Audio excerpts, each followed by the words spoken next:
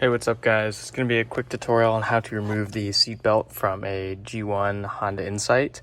Obviously, I have all the interior out. To get this panel out, there's just some pop clips right here. Get a little pry tool, just like this. Pop those out, and then the metal panel will come out with some 10 millimeters. Plastic that goes right here. There might be some bolts on that side. I don't think there is. I think it's more just pop tabs.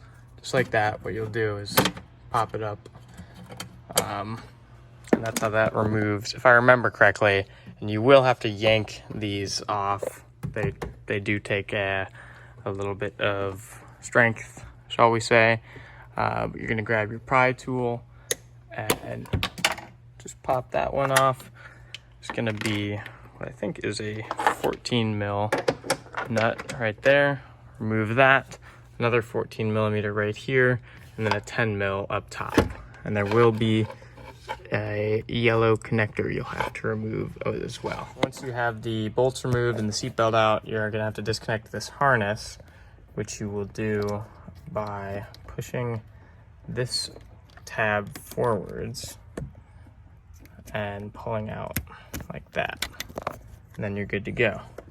There's been an issue with my seatbelt just now, but I couldn't, when I took it out of the car, I couldn't actually extend the seatbelt to be able to see the whole thing, to wet vacuum it.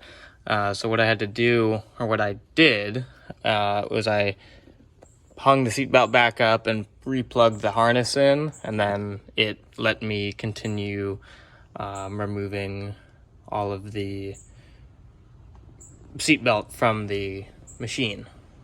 I don't know, you know what I'm saying.